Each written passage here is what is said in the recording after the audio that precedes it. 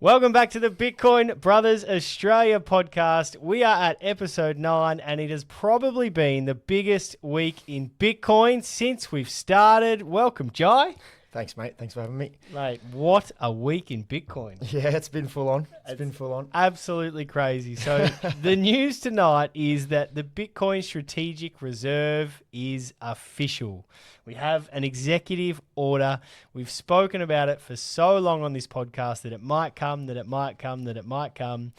Well, it has happened, and it comes with a lot of different probably phases that we didn't actually predict it last week. So Trump's original tweets about what was going to happen were a little bit different to what was actually signed into law with the executive order. So we'll dive into that. We've got some interesting emails released. So we had a bit of a Bitcoin versus XRP last week.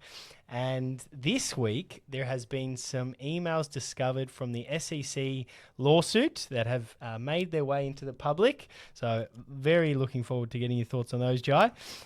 We have some Australian political news as well, which is interesting. So we have a party that has decided that Bitcoin will be a part of their policies for the first time. Not a huge party, but a party nonetheless. So that's very exciting for Australia to finally start somewhere. And we'll dive into a little bit of Bitcoin versus Solana tonight as well. So we spoke about some of the crypto that might be added to a stockpile or to a reserve, and we try and dive in a little bit and learn with something that we've learnt this week. So we've done a little bit of work. I've asked Jai to do a bit of work for us. So we'll dive into that as well, which will be very exciting. But we'll start with the news. And the biggest news is that there is a Bitcoin Strategic Reserve. So the executive order from the USA states that Bitcoin is digital gold. Literally what they said and literally what they have written. They will not be selling any Bitcoin. They will be finding budget neutral ways to buy more of it. So they basically what that means is that they won't be charging the taxpayer. They won't be printing more money to go into more debt, which is probably a good thing. Although if you ever were going to print money, it would probably be to buy Bitcoin. But they're not going to do that. They're going to find budget neutral ways. So I thought that was a really interesting thing to have in the executive order. What that means is, like, how can they buy Bitcoin if they can't use taxpayers' money, can't go into debt? So people have kind of, delved into that in the news this week. What we've found is that there's a $40 billion surplus sitting in the exchange stabilization fund, which can be used. They can revalue gold. So their gold in America from 1973 is valued at like $42 an ounce. And for some reason, they've never revalued it. Like, it's pretty much $3,000 at the moment an ounce. And they're sitting there with it valued at $42 an ounce, which means on their balance sheet right now, it says they have $11 billion worth of gold. What they actually have is about $784 billion worth of gold. That is a lot of Bitcoin. They're saving like countless money from Doge. So we've spoken about that with Elon Musk, basically finding out all the corruption from the previous governments, all the kind of money funneling and funding and where it's going and cutting all that. And this is my favorite part.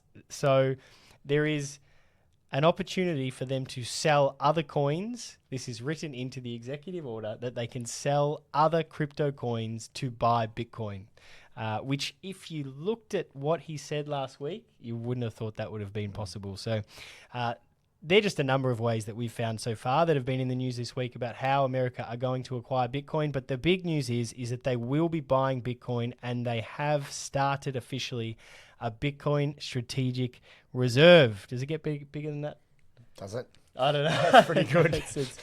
It's pretty crazy. We've done actually some price projections in the earlier episodes about what could happen if this does happen. And now that this has happened, this next 12 months is just, strap yourself in. Despite the current dip, which Jai just told me that he was going to sell his house to buy the current dip. Sorry to his partner there, Michaela, but that's very exciting for their family, setting up well for the next few years.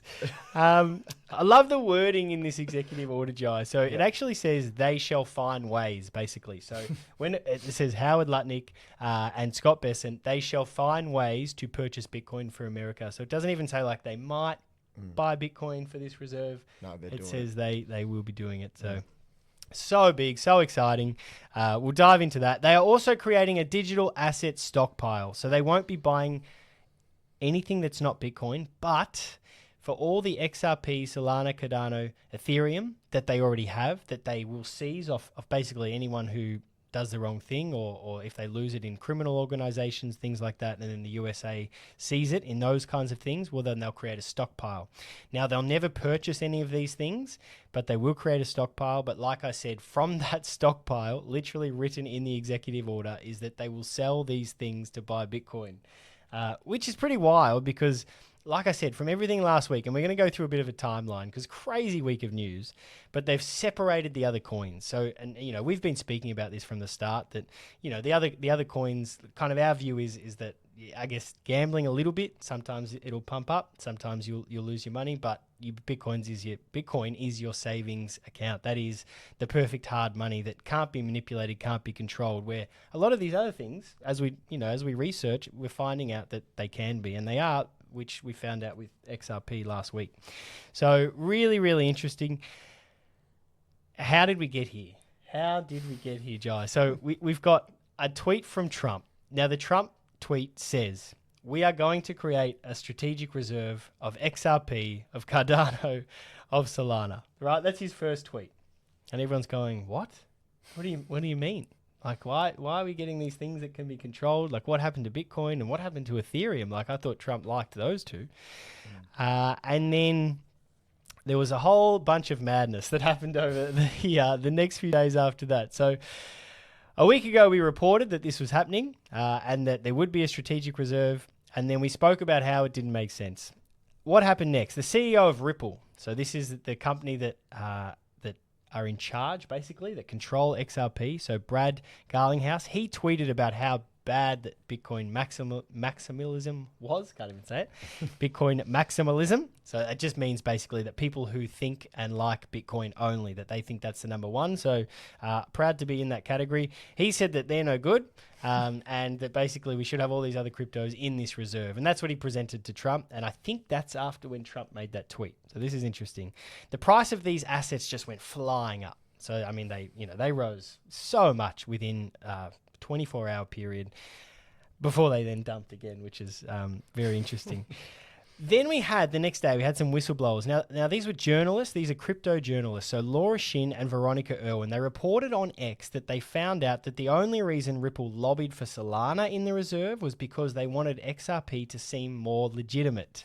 So that was files that they found. So literally XRP were like, how can we make XRP seem legitimate here? Let's get Solana in. Let's make it look like it's not just we're trying to pump our own bags. So they did that. They were found out, basically. So then the Solana founder was forced into a little bit of damage control. So he sent a tweet saying, well, maybe we shouldn't have a reserve because it kind of ruins the decentralization point of it all. And then he said, or if we do have a reserve, maybe we should have objectively measurable requirements that can be rationally justified, even if that means only Bitcoin can satisfy these requirements. Now, that was fascinating to me, that tweet, because that's from the Solana founder. So that's from the literally... Yeah, he's done his work. So this is exciting. So yeah, this is very good. So that's like day one, day two. And then we have all these crypto exchange executives that come out after these tweets and these discussions. And they say, look, it really probably should only be Bitcoin in a reserve. It's probably the only thing that actually makes sense, like we kind of spoke about on the show last week. So that, these are people that are not just Bitcoin people. These are people that really stand to profit if the other coins are pumping, if the other coins were in the reserve. These exchange CEOs, they stand to profit. They make a lot of money from this. But they're looking at it rationally and logically, and they're saying, hey, even though we stand to make heaps of money from this, it doesn't really make sense for us to have a strategic reserve if it's not just Bitcoin, which was fascinating. Brian Armstrong, he's the CEO of Coinbase, so he was kind of the classic example of that. The classic example. He said Bitcoin was the best option for reserve. It's the successor to gold and the only one that makes sense, which is pretty crazy because, Ripple will speak about like Bitcoin maximalists. None of these guys are Bitcoin maximalists. And for them to kind of look at it at a logical and rational level and say, hey, this thing should only be Bitcoin, that's pretty extraordinary. Then another 24 hours pass. Trump's obviously looking at all this. I mean, I don't know if it's interesting. Sometimes you think, is he just doing this to kind of get reactions and see what the market's going to do and all these things? But another 24 hours pass. Howard Lutnick, who we've spoken about a lot, he comes out and he says, look, the president understands Bitcoin would be the main asset. We would have a Bitcoin reserve. And he said, the question is, how do we handle all these other coins? And then the day after that, Trump finally signs the Bitcoin Strategic Reserve, and it is only Bitcoin. What a week, Jai. What a week. Mate, what's your take on all of that? What do you think when you hear all of this news for Bitcoin and the other coins? What's your take? I like the Bitcoin, the reserve. I think it's going to have some very positive impacts on holders for supply versus demand. Yeah, 100%. And yeah, it's interesting that those people with so much to gain came out and said that it doesn't make any sense. It probably shows you that the right decision was made. Yeah, fascinating, isn't it? Yeah, crazy. So, like, I'm a pretty big Solana fan, so I might have liked to see that thrown in there. But Yeah. but yeah, the XRP I completely understand, as you spoke about last week, being privately owned, and clearly with these emails you spoke about, there's some dodgy stuff going on. But yeah, some stuff about Solana I'll touch on a bit later would have made sense just purely based on their proof of history and the way they work rather than being privately owned. But yeah, happy with Bitcoin. Yeah, wild. Well, we do have a Bitcoin only strategic reserve. It is the biggest news of the week. There is a few other things happening, so we'll get stuck into those and then we'll jump into Jai and a bit of his journey, and we'll definitely cover off some Bitcoin versus Solana as well, which might be fun. We might come to blows on the podcast now. No, we won't really. Texas are one vote away, so this is exciting. We've kind of been following the states on the podcast, and a lot of them are getting close. Utah was close. Texas are one vote away. So during the week, we had the Senate pass the Strategic Bitcoin Reserve. Now, what that means is it means that it still needs to get through the House, and that's it. So it's passed like chambers. It's passed a whole bunch of legal process. The Senate has all voted yes. Now it just has to pass the House. If it does that, the governor will sign it off. Texas will have a strategic Bitcoin reserve, and the details in that are the moment. So if it doesn't get changed at all in the House, now sometimes these things get amended a little bit, but if it doesn't get changed in the House, it means that Texas will buy up to 500 million in Bitcoin every single year, which is pretty awesome. Pretty awesome for Texas. While this is pretty big news, because people probably don't realize, and I spoke about this earlier and put it on X as well, but the Texas economy is actually massive. So this is not a small kind of, okay, we've got a state buying Bitcoin, who really cares? The Texas economy is valued at $2.4 trillion. Now, to put that in perspective, the whole of Russia is valued at $2.3 trillion. Wow. So Texas has Russia covered. Yeah. So this is like, you're like, hey, are Russia going to start buying Bitcoin? Well, who cares? Texas. I think you'll find, is that probably heavily based on a lot of the tech giants have moved out that way? Yeah, Google, Apple, I think they all moved to Texas for the tax purposes. Yeah, I could be wrong, but very good point. I reckon you're spot on there. Absolutely. And then moving from there, strategy. So we've spoken about MicroStrategy a lot on the podcast. The main man, Michael Saylor, he wore an orange tie to the White House last week and made some jokes about it. So he has announced a $21 billion STRK at the market program. What does this mean? It means, in simple terms, they are raising a huge amount of money to buy a stack more Bitcoin. Now, this is the guy that owns 499,000 Bitcoin for the company, for MicroStrategy. Wild, absolutely wild. So $21 billion they're going to raise. They're going to put that over the next few years, and they're just going to buy heaps more Bitcoin. We joked a couple of episodes ago with Peter Appler that, you know, it wasn't quite enough. Like, surely you need over 500,000, and he's obviously heard that and thought, yeah, they're right. We need to raise some more money. Wow. And we need to buy some more Bitcoin. Wonder what he bought them at. Yeah, well, the cool thing is, so he actually does like an average price. So I think he's like the 500,000 Bitcoin that they own, pretty much. The average price is in the low 60,000 US dollar at the moment. So, you know, I mean, we're having a little dip at the moment, but I tell you what, at the end of this year, he will be one of the most powerful men in the world. Wow. I have no doubt of that. Next bit of news. Now we dive into a bit of last week where we went to Bitcoin versus XRP. Love to get your thoughts on this, Jai, because I know Jai's been into crypto longer than me, which is so good to have you on the show. And I know you know a little bit about XRP, a lot more about Solana and a few other things, but internal Ripple emails from the SEC's lawsuit were revealed this week from Discovery. So these are authenticated, these are real. There's nothing, you can look these up on Grok, on ChatGPT, on Google. These are fair income, as we would say in Australia, right?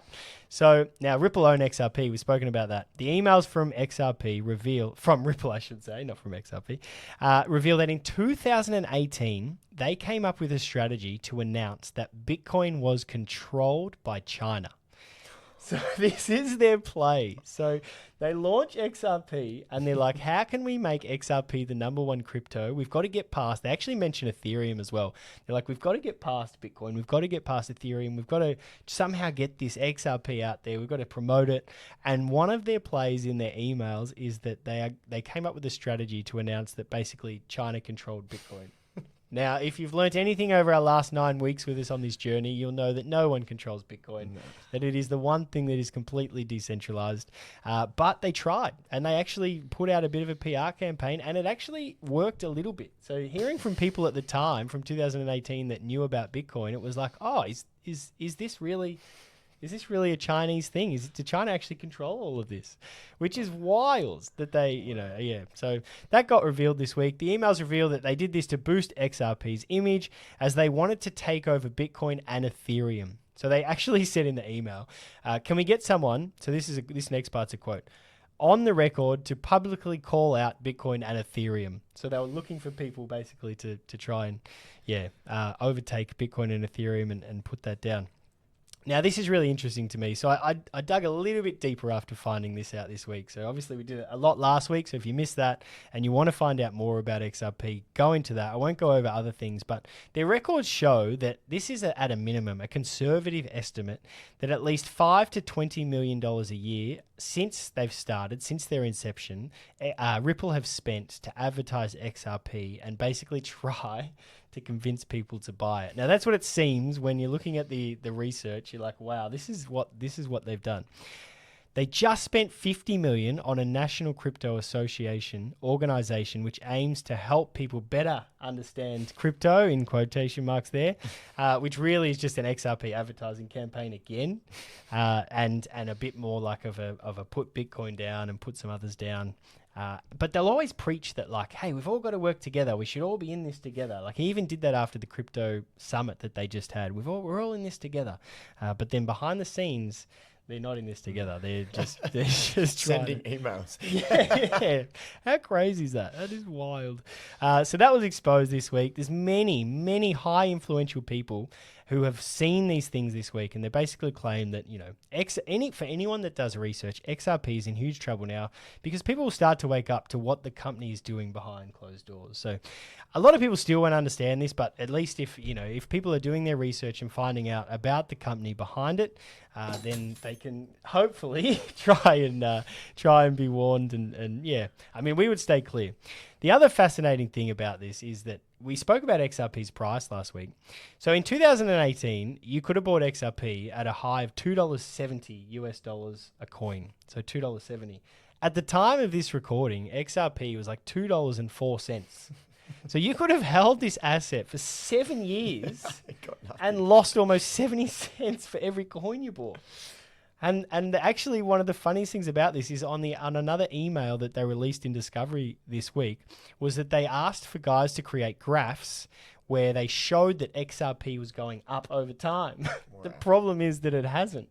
It has this history of pumping and dumping. And sure, you could have bought it at 50 cents, 60 cents, 70 cents in the last year, and then it's gone up to $2. But it just continuously dumps after that again. So that was just really fascinating. I thought I have to bring that up for the news this week. It was big news, and because we kind of dived in, I thought the timing's really funny. We've just dived into XRP versus Bitcoin, and then these emails get released this week, the week after we dive into it. So really fitting timing for the news.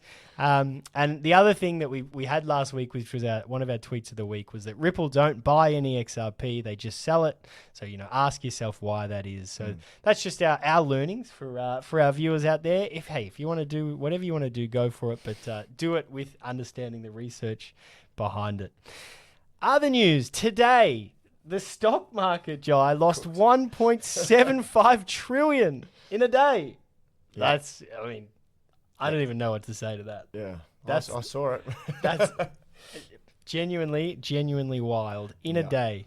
So Bitcoin dipped to just under 80K. It actually hit 76,800 today, which is the lowest point that it's hit since early November again. So it's kind of had these little ups and downs for the last few weeks.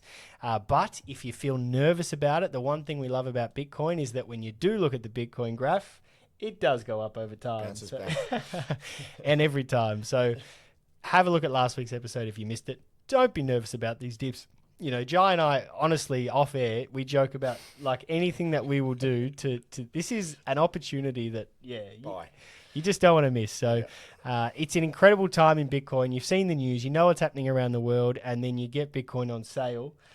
Don't be nervous. I think last week we had a few catchphrases, but it was like something to do with like, you can either panic sell or you can panic buy. And I can tell you now that, there's a saying I read is when people are fearful, be greedy, and when people are greedy, be fearful. 100%. Oh, that's one of the top. That's so good. That's 100%. Yeah. Couldn't say it better. So, yeah, that's awesome. And the other thing to know, and this is really interesting and probably good for learning, is that so the statistics showed with the sellers. Obviously, there's been a big sell-off, but there's big buying happening at the same time. Definitely. So statistics showed that 70% of sellers were short-term holders. So people that had a Bitcoin wallet for less than a year.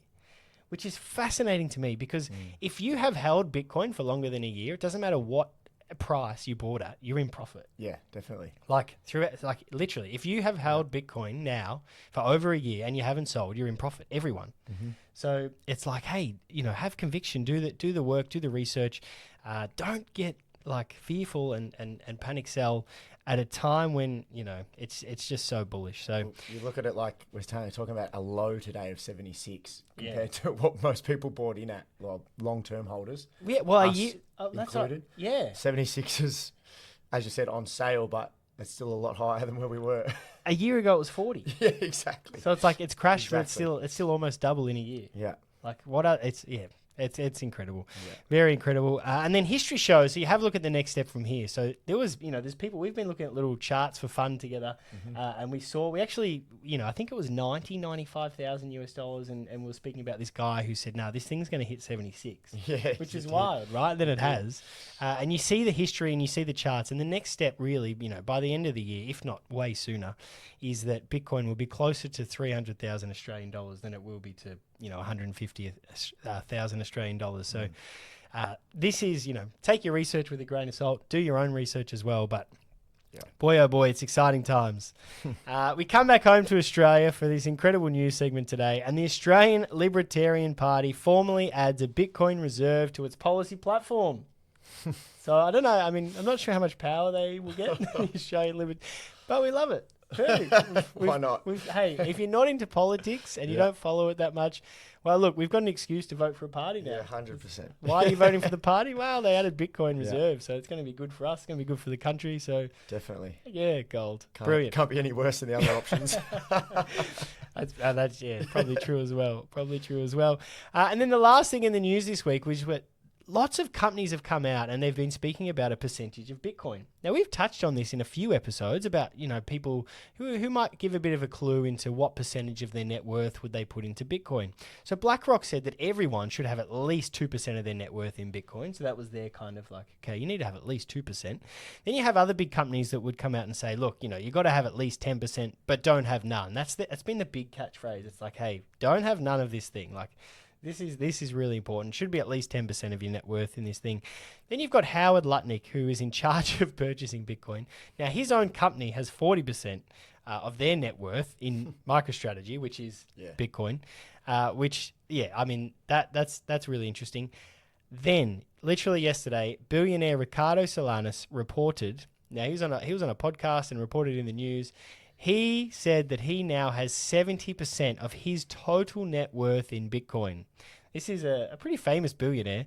So for him to say this, as people are kind of companies and saying, hey, how much percentage should you allocate? And they're letting investors know, how much percentage should you have in Bitcoin? This guy's saying, hey, I'm a billionaire and I got 70% of my net worth in Bitcoin. So you do with that what you will. And then the MetaPlanet CEO, love this one. He came out, obviously all these people speaking about it. He said, hey, you guys talking about percentages? Well, I'll tell you my percentage. I got 100% of my net worth now in Bitcoin. So that's the CEO of MetaPlanet. So that's been a fun news week as well. Probably a good way to finish the news. And then Michael Saylor, after all that, he said, you should only invest in Bitcoin what you can't afford to lose. Everything continues to trend down when you price it in Bitcoin. Jai, thanks so much for coming on, mate. I feel like every time we do a new segment, almost since we started researching and started doing this podcast, it's like I do the new segment. I think, gee, it probably can't get more exciting than that. And then I follow things through the next week. Keeps getting better. Somehow it just keeps getting better. It's pretty awesome what is happening at the moment. Jai, you're someone who's been in the crypto market a little bit longer than me, and it's kind of it's cool to have you on. It's cool because also, like I said earlier, like obviously I'm learning, but I haven't done a huge bit of research into other kind of coins because of something that I saw early on, and probably because crypto, anything that I felt could be centralized, is just not something that I was interested in. Mm-hmm. I know you have different feelings about Solana, which is great. So that's awesome to tell us about that. But before you do, tell us about your journey with money. Tell us what you do with yourself, who influenced you with money, and how did you get started in crypto? Okay, yeah, I'll start with what I do for work. I'm a foreman on the Metro Tunnel project in at Flinders there. I've been there for 6 years when we get to October. So awesome. Started there as just a worker with a heap of tickets and made my way up. Do you get many investors on the building site? Yeah, you get a few. Yeah. You get a few of your old school guys who are just into their blue chip. And nice. They've made their money because they've been blue chip for so long, just long-term holders. Yeah. A bit of the younger gen pop, me try and persuade them into a few more modern things. I'm pretty bullish on things like Tesla, MicroStrategy, Bitcoin. So we have a few good discussions in the lunch and in the office. But yeah, you have a few, and then you have a few who's it's gambling. Gambling. That's my favorite. You have few different opinions. But my relationship with money probably started a bit late. I was probably always very fortunate to have a good work ethic, which I got from my old man, no doubt. Yeah. He was a pretty hard worker his whole life. And what did he do? So he was a brickie by trade for a long time. And when I wasn't at uni, I wasn't at school, we'd be there giving him a chop out. And now he's the same as me, a supervisor on the Northeast link. So nice. He's worked his way up as well. So definitely get my work ethic from him. Not that my mum wasn't a hard worker too, but I was always very fortunate to have good jobs, but I was probably didn't have the best relationship with money in the early days. I just made good money and tried to live like a king, as a young man does. And then, don't know, something just clicked one day, and I just started. And my partner and I moved down to Geelong, which was really good for us because we kind of took a step back and just started saving a heap of money and slowing down a bit. And then that carried on with us back here. And then I think it really changed once we fell pregnant. It was like, all right, I'm not just setting it up for me anymore. I'm setting it up for my family. Just started reading books, financial podcasts, learning about the stock market. And then I was always very hesitant on crypto. I was definitely into my actual stock market first. Started off in like a different index or ETF for each continent. I had one for pretty much each continent: Europe, UK, Australia, Europe, America, etc., etc. And just fed them weekly. And then smart. And then I started to do a bit more research into Bitcoin. Got an app, started checking, looking at the price. And then just bit the bullet one day and went in, not heavy, but went in a bit to get me started, and then just drip fed that as well. I tried to dollar cost average a little bit. Yeah, nice. Just because you never knew what was going to happen really. And then pretty much rid the highs and tried to buy on the lows, very much like yourself. And the last couple of weeks has been good for that. Mind you, my partner and I are about to settle on a house, so she hasn't been too keen on the Bitcoin purchasing. But that's pretty much how I got into it, and just yeah, it's become a passion. Like I love I'm very passionate about certain things in my life and for my financials and being set up and being able to retire at hopefully a young age and never having to say no. Not so she turns out to be a spoiled brat, but not having to say no to my child would be an awesome thing. So, just to be able to give them everything and more. So yeah, I think that was definitely the turning point for me. Yeah, that's awesome, mate. No, that's so cool to hear. Yeah. Is there you mentioned that, like the books and the podcast, was there anything that stood out to you? I love Equity Mates. I don't know if anyone's heard of Equity Mates. It's two guys. They started off with a podcast called Get Started Investing. Yep. And I listened to I think it was a 12-part series just to get the basic knowledge. And yeah, it taught me a lot. And then I read their book, which I think was called Don't Stress, Just Invest. Nice. I read The Barefoot Investor twice because I read an old version and then realised it was an updated version. So I went back and did it again. And that was really good in terms of, I think there's so many young people out there that just let their super tick over and don't pay any mind to it. Yeah. So now I'm really big on setting up my super, insurances, stuff like that. Barefoot Investor was really good for that. And also investing, of course. Yeah. What was another one? The Diary of a CEO was a really good book. Nice. Yeah. And then just some other personal ones like Think Like a Monk by Jay Shetty. What was another one? The Resilience Project, really liked that. Yeah, but nice. They all played in together. Not all of them were necessarily financial, but you've got to have the mindset to be able to put those financial ones to use, is the way I look at it. Yeah, 100%. No, that's awesome. Thanks for that. And was there anything that, like, you went from the point you mentioned, like, you thought obviously crypto, Bitcoin, maybe it's gambling, a bit risky. Yeah. Is there anything you ever saw that you remember where you're like, oh, hang on, maybe it's not gambling, or maybe like Bitcoin is something different? Or yeah, there's probably a few people I listen to more than anything. Yeah. There's a guy, I don't actually know his last name. He just goes by James, but he runs Invest Answers. Okay. If anyone wants to have a look at it, But he's an expert in modeling. So like your graphs and his stuff. Yeah, and so, nice. And he's amazing to listen to. Like he just, the way he talks about Bitcoin and more recently Solana. Then there's, it was honestly more just people I listen to more than anything, because I suppose crypto is very new, so there's probably not as much reading out there. It's more probably podcasts. And just the trend, like as we were talking about before, we see 76 as low. Which is wild. And we had people buying it when it was like $50, for example. So it just made sense. It made sense. And it's no matter what you're buying at, or in my opinion personally, from the research I've done, and as you said, everyone do your own research. Yeah. But the more reading you do and the more models you look at and podcasts you listen to, like I personally think 250,000 US by the end of the year. So Australian dollars. Work it out. That's right. But like it just started to make sense. It's without going into the technical stuff, keeping it in layman's terms, it just the more I looked into it, the more it made sense. Nah, that's awesome. That's so good. Thanks for sharing that, mate. Right. We definitely really appreciate that. Something that we learnt this week. Now, I did give you a bit of a task as you came on. So we said, I know you like Solana. I haven't done a lot of work. I've done a little bit just to keep you honest. So we'll see how we go with this one. Yeah, see how we go. But we want to dive into Solana. So can you tell us something you learned this week? What did you learn about Solana? What can you tell us? What is it? Why would people invest in it? Well, our friend Anatoly, we heard from him, the creator. Yeah, it's actually named after one of his favourite beaches. That's why it's called Solana. Wow, I did not know that. There you go. Yeah. And it's fast. It's a financial and a contract transferal, and it's how do I put it? It's so people understand.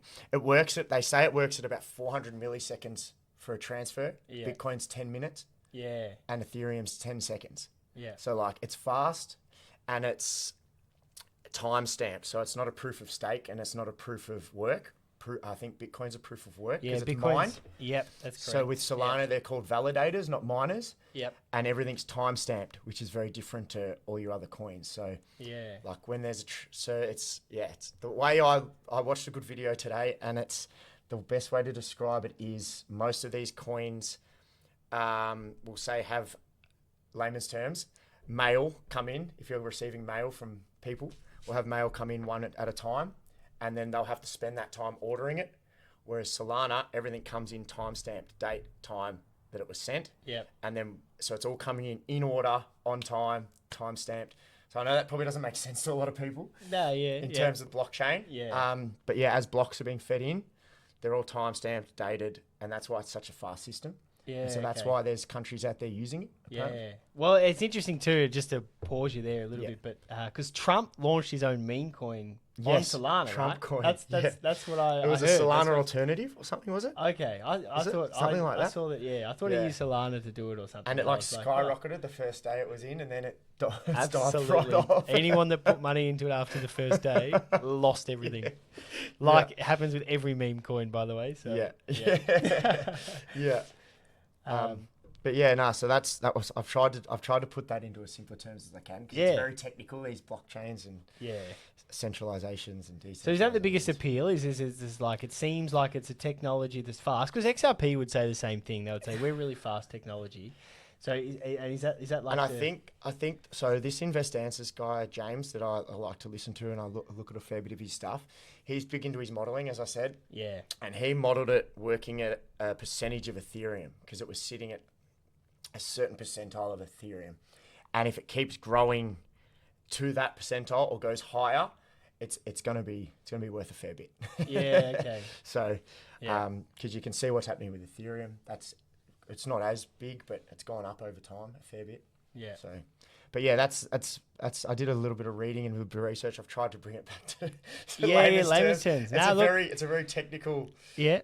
Technical description you get.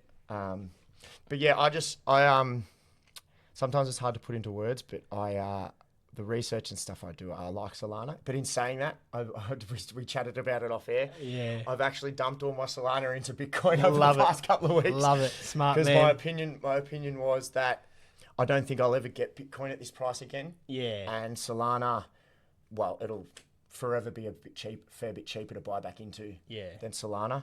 Yeah. So there's Bitcoin and Tesla are two things that I'll never get rid of because I'll never get them at the price I got them for ever again. I don't think. Yeah, it's funny. I do love it's funny because people too. So it's like the work that Elon Musk does, like you can't help but just to kind of respect it a little bit if you dig in without. I know there's a lot of stuff about him that the mainstream media would try. Yeah, he's nuts. but you have a look at his companies. You've got to be though to be that successful. Yeah, you do. And I think we've mentioned this on the show, but they just quietly stack Bitcoin. So Tesla are up to over 11,000 Bitcoin now. Yeah. But that's not really advertised. Yeah. You can chuck that into your ChatGPT or your Grok or your Google or whatever else, and you'll find that they are stacking. Yeah, and then there's people.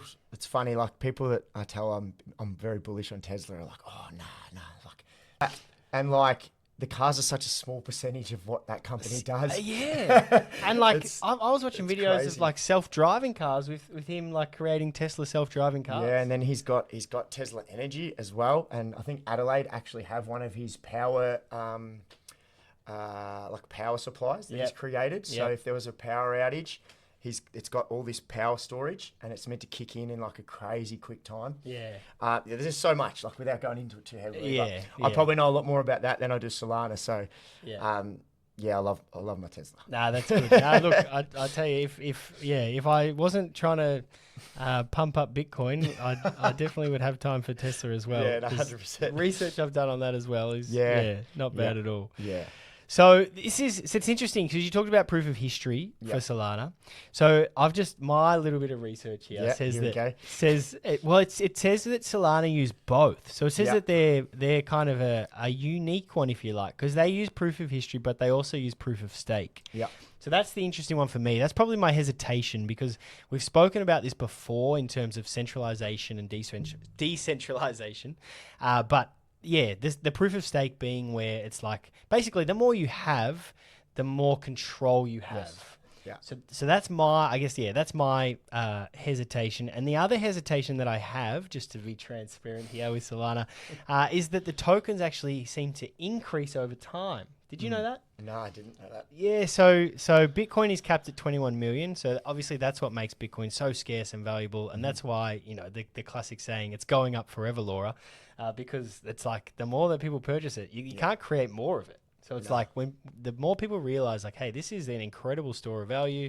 No one controls it. Perfect money, hard money, sound money, all the things we talk about every week. Yep. Well, you can't just make more of it. When the price goes up, you can't do a Ripple and just dump heaps on there and make heaps of money and the price goes down. Yeah. You can't do that with Bitcoin. Yep. So, but Solana, the tokens actually keep increasing. Yeah, okay. So it's kind of the opposite. It's like it's inflationary, whereas Bitcoin is deflationary, if you like. So yeah. So researching that was just something that I learned this week. That was my little hesitation. I was curious. Interesting. See if you knew about that one. But like we always say, do your own research and your own things. And there you go. Tweets of the week. So this is, we'll see, you spoke about some really good people. Peter Appler, a couple of weeks ago, if you haven't seen episode 7, he spoke about reading a book, Rich Dad, Poor Dad by Robert Kiyosaki. So have you heard of him? No, I've heard of that book though. Yeah, very, very famous. Yeah. So he sent a tweet this week, and it was a long tweet, so I've tried to just keep it succinct a little bit, but he said that everything is crashing, basically, and then at the end of his tweet, he said, you know what he'll keep doing? He'll keep buying real estate, he'll keep buying gold, and he'll keep buying Bitcoin. So I thought that was pretty cool. That was interesting. It's like, hey, everything's crashing. That's fine. He doesn't care. He's happy. He was literally like, hey, how good's this? Yeah. Kind of what we spoke about a little bit. Like the hard assets are on sale. Yep. So while they're on sale, he's going to be buying real estate, gold, and Bitcoin as the markets tend to crash. And I wish I should have looked it up, but 1.75 trillion off the stock market in a day. Like everything was crashing today. Nuts. But the interesting thing too is the bounce back. So Bitcoin did hit 76, and the time of our recording, it's like already 81 and a half. So fascinated to see next week. Like, when you look back on this and you're like, oh, wow, it's 76 and a half. Interesting to see week or two later what it gets to. We'll be talking about 100 being a low soon. 100%. Yeah, we will. And then my second tweet of the week, this was from BitPay. Now, I like this one because this one, it kind of like followed our podcast journey almost. It was almost like he'd been listening to us and he sent out this tweet. And it had like 321,000 views. So I was like, hey, this is pretty cool. So his tweet was basically in relation to this dip that's been happening. Yep. So he said, guys, the Secretary of Commerce, whom the United States have just put in charge of a sovereign wealth fund and is authorized to buy Bitcoin. This guy is on videotape saying that he owns hundreds of millions of dollars of Bitcoin, soon to be billions, and you're sitting there bearish and worried about this dip. He's like, mate, his company is also the single largest holder of MicroStrategy. And you're still going to tell me that you're bearish and worried about the dip. Thank you, BitPain, for that tweet. That is a fantastic tweet. And it really, it pretty much sums up what we've been speaking about the last few weeks for everyone that might be a bit nervous. Yeah. So, absolutely. Yeah, very, very good. Jai, thank you so much for coming on, mate. Worries. It's been an unbelievable week of news. It has. Great to hear your journey. Great to get a little bit of expertise on some of the... Do you own any other crypto? Or is it all... No, look, it's Bitcoin. Yeah. And then I have some itty-bitty stuff that was like rewards for spending on the app, if that makes sense. Okay, yeah. They had this little Christmas thing. So I've got some little bits of stuff here and there. But nothing I pay much mind to. Like, it's just sitting there. Yeah. Maybe one day if it's worth something, I'll trade it in for more Bitcoin. But perfect. Love that. Just my portfolio is pretty simple, mate. Especially on the Coinbase. Yeah. That's so good, mate. Thank you so much for coming on. It's been an absolute pleasure. It's been a big week in Bitcoin. We hope you enjoyed the show. We will see you guys next week. Thanks for watching. Thank you, mate. Cheers.